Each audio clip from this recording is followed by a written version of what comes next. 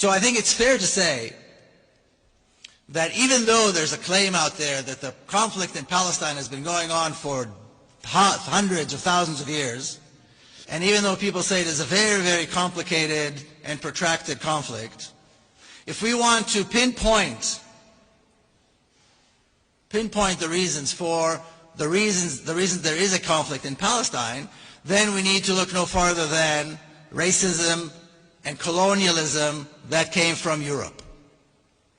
That is the source of the trouble, of the problem in Palestine. Not only Palestine, but certainly Palestine. And I'm sure that many of you, if not all, have heard of the Balfour Declaration. Now, growing up as an Israeli, you would think that the Balfour Declaration is one of the 10 Commandments.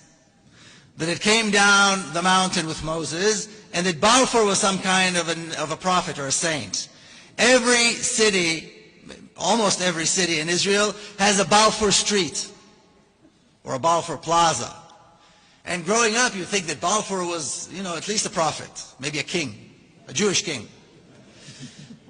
And what is the Balfour Declaration? Lord Balfour, who was the Foreign Secretary of Great Britain, promising a Jewish millionaire by the name of Rothschild Palestine for the Jewish people. In other words, one white European racist offering another white European racist a country that belongs to somebody else. Neither one of them had anything to do with Palestine. But of course, these were days where it was okay, it was completely acceptable for white Europeans to take the country of non-Europeans and do with it as they will. Of course, this is still going on in many places. So that's the Balfour Declaration. Now, several decades later, we had the United Nations intervene and come up with the partition plan of Palestine. And this is the map they came up with. And today we walked around Amsterdam a little bit and we saw those, what are they called, the bulldog coffee shops?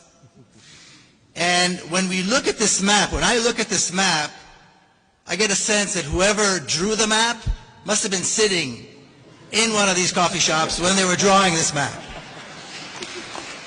First of all, when you look at the map, it's absurd.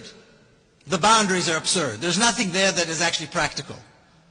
But that's just one aspect of the madness.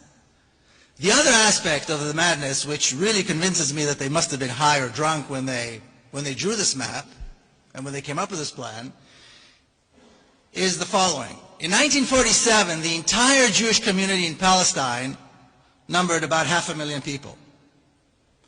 These were the people who, like my grandparents, came from Eastern Europe to colonize Palestine, to immigrate to Palestine, if you want to call it that. And then my parents' generation, who were born there. First generation Israelis, if you will. That's it.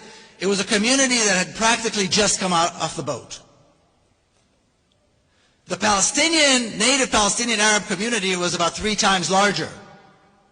Yet the partition plan, or in the partition plan, they allocate the larger portion of the country to the smaller Jewish community. And the local Palestinian native community was supposed to be satisfied with a smaller portion of the land. And this was somehow supposed to work. Even today people say, it's all the Palestinians' fault, this whole conflict, because they rejected the partition plan. Of course, who would not reject such a mad idea, such a crazy plan? But there's something else about this plan that is important to understand. What emerged the next day are 2 diametrically opposed narratives. 2 histories that are the absolute opposite of each other. Cannot be bridged, cannot be brought together. And when we accept one, we reject the other. It is that extreme.